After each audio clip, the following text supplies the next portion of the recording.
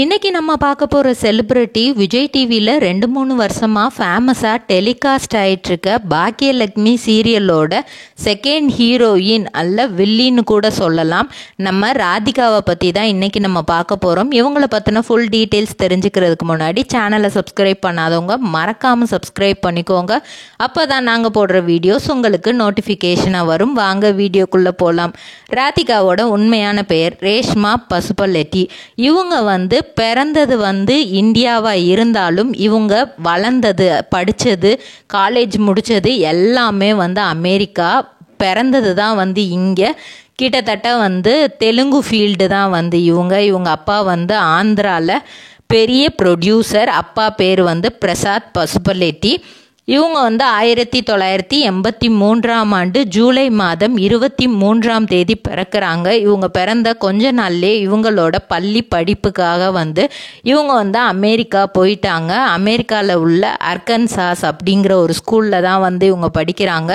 தன்னோட கல்லூரி படிப்பை டெக்சாஸ் A&M யூனிவர்சிட்டியில் இவங்க பண்ணுறாங்க. ஸோ அப்படி பண்ணி முடித்ததுக்கப்புறமே அங்கேயே ஒரு ஏர் ஹோஸ்ட்ரஸ் வாய்ப்பு கிடைக்கிது டெல்டா ஏர்லைன்ஸில். ஸோ அதையுமே நல்லா பண்ணுறாங்க. பண்ணி முடிச்சுட்டு நம்ம ஒரு அந்த டைம்லேயே இவங்க படிச்சுட்டு இருக்கும்போதே இவங்க ஒரு ஆஃப்ரிக்கனை கல்யாணம் பண்ணிக்கிறாங்க. அவங்களும் அமெரிக்கன் பேஸ்ட் ஆஃப்ரிக்கன் தான். ஸோ கல்யாணம் பண்ணிக்கிறாங்க. ராஜா அவங்க ஹஸ்பண்ட் பேர்.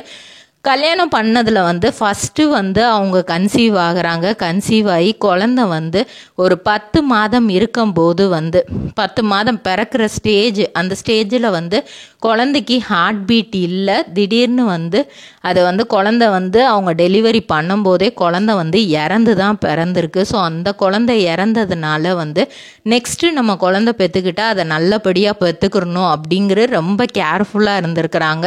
ஸோ ஃபஸ்ட்டு டெலிவரி அது ரொம்ப சின்ன பொண்ணாக இருந்தனால அவங்களுக்கு எதுவுமே தெரியலையா.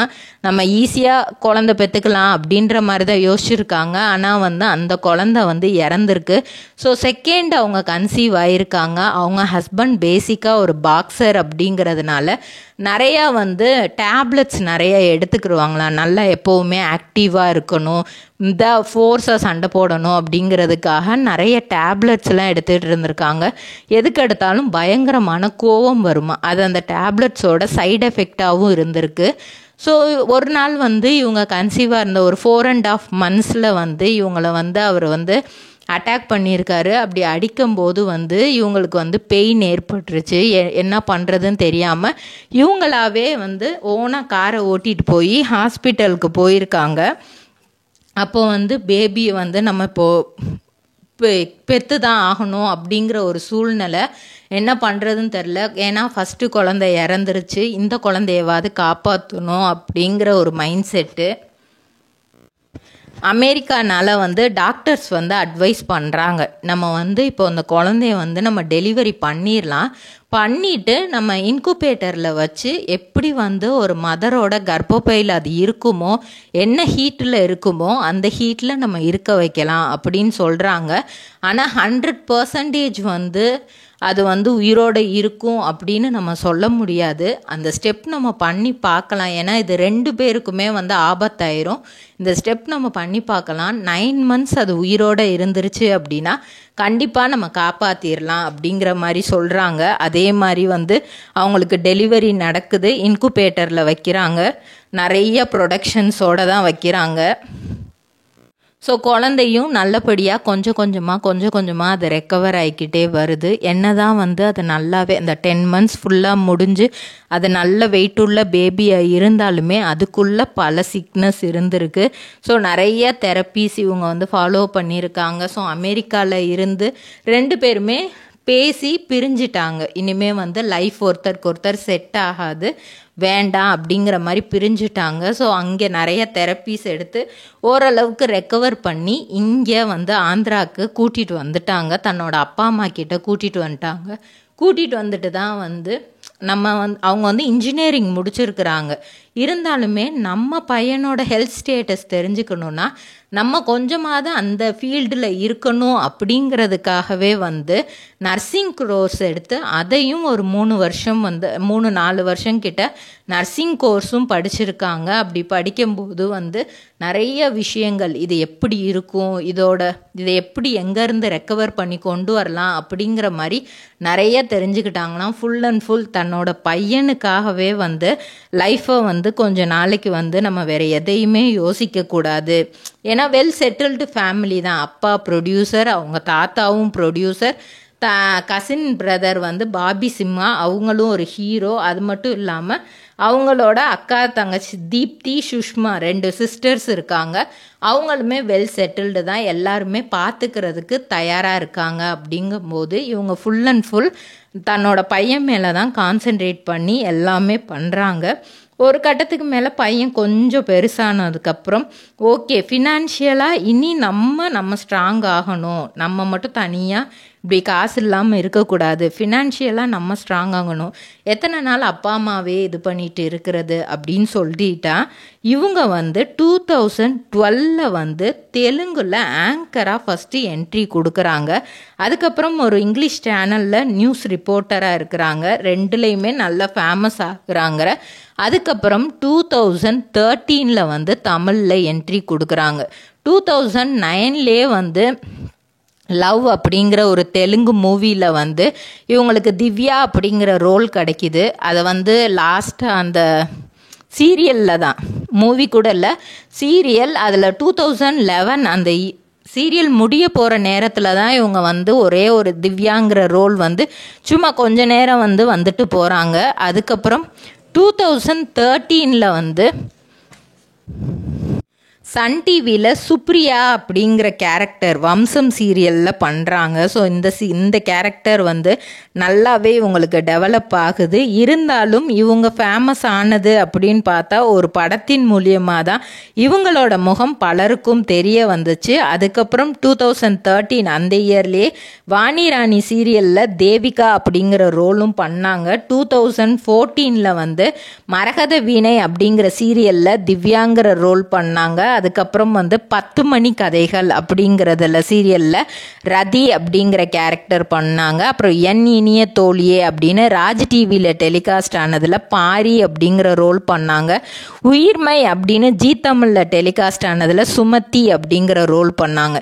எதுலலாம் கிடைக்குதோ எல்லாத்தையுமே ஒன்று விடாமல், அது எப்படிப்பட்ட கேரக்டராக இருந்தாலும் சரி, கிளாமர் கேரக்டராக இருந்தாலும் சரி, வில்லி கேரக்டராக இருந்தாலும் சரி, சும்மா சைடு ஆக்டராக இருந்தால் எது வேணாலும் எனக்கு கொடுங்க, நான் நடிக்கிறேன் அப்படிங்கிறது தான் வந்து ரேஷ்மாவோட தாட்டாக இருந்தது.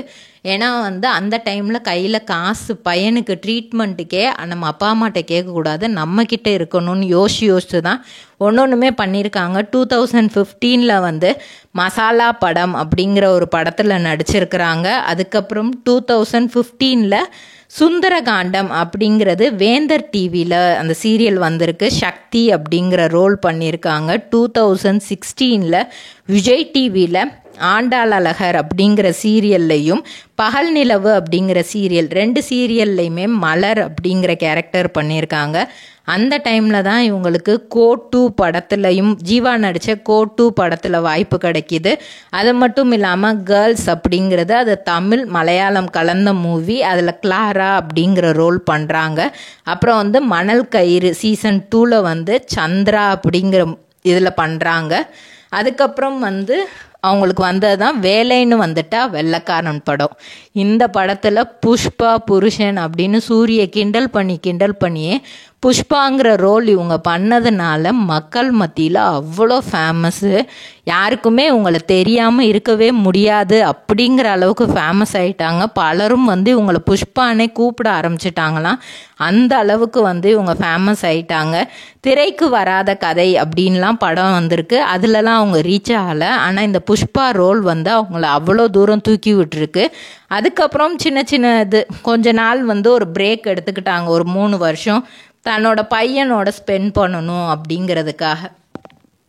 தொடர்ந்து நம்ம படம் சீரியல்னு பண்ணிகிட்டே இருக்கோம், நம்ம பையனோட பெருசாக நம்ம டைம் ஸ்பெண்ட் பண்ணல அப்படின்னு அவங்களுக்காகவே தோணி ஒரு 2 வருஷம் வந்து கொஞ்சம் பிரேக் எடுத்துக்கிட்டாங்க. அதுக்கப்புறம் இவங்களுக்கு கிடைச்ச வாய்ப்பு தான் வந்து பிக் பாஸ் சீசன் 3 அதில் இன்னும் நல்லா ஃபேமஸ் ஆனாங்க. வனிதாவோட ரொம்ப க்ளோஸாக இருந்தாங்க.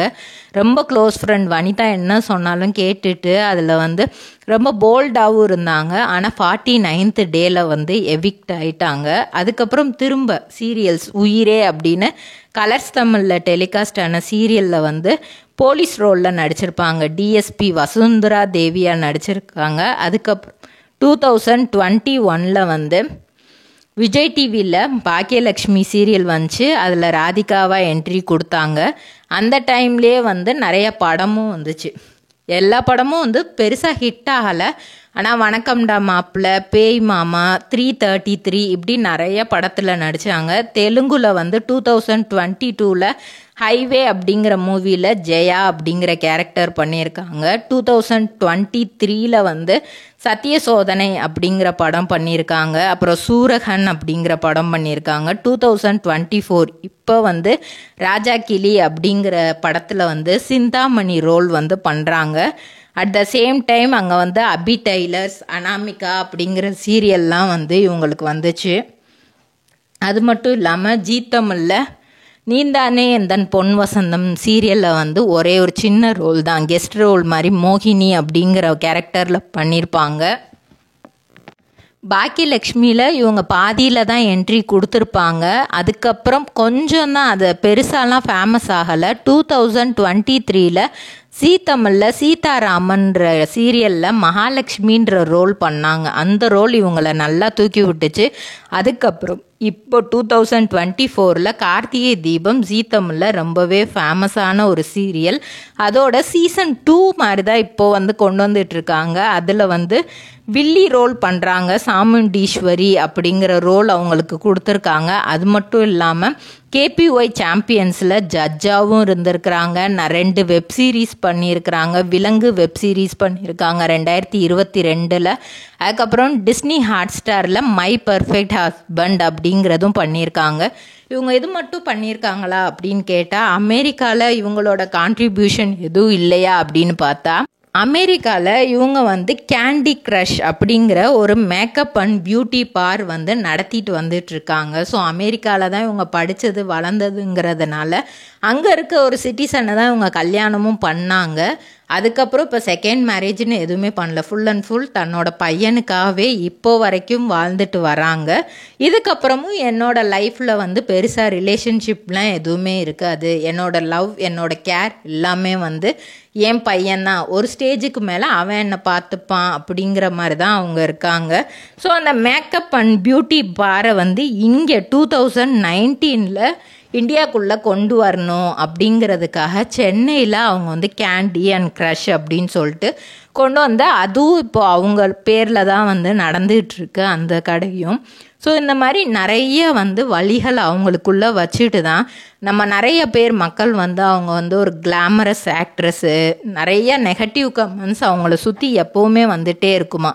ஆனால் அவங்க யோசிக்கிறது எல்லாமே, நான் நிறைய கஷ்டப்பட்டேன், நான் சந்தோஷமாக இருக்கேன் அப்படிங்கிறது வந்து என் முகத்தை பார்த்து நீங்கள் சொல்லலாம். ஆனால் என் மனசுக்குள்ளே எவ்வளோ வேதனை இருக்குதுன்னு எனக்கு மட்டும்தான் தெரியும். ஒவ்வொரு நாளும் என் பையனோட கடக்கிறதே அவ்வளோ கஷ்டம். ஆனால் அது சந்தோஷமும் கூட எனக்கு. அதனால எல்லாத்தையும் நான் ஃபேஸ் பண்ணுவேன் அப்படின்னு சொல்லிட்டு ரொம்ப கூலாகவே ஆன்சர் பண்ணுறாங்க. இதே மாதிரி பல செலிப்ரிட்டிஸோட பயோகிராஃபி தெரிஞ்சுக்கிற சேனலை மறக்காமல் சப்ஸ்கிரைப் பண்ணிக்கோங்க.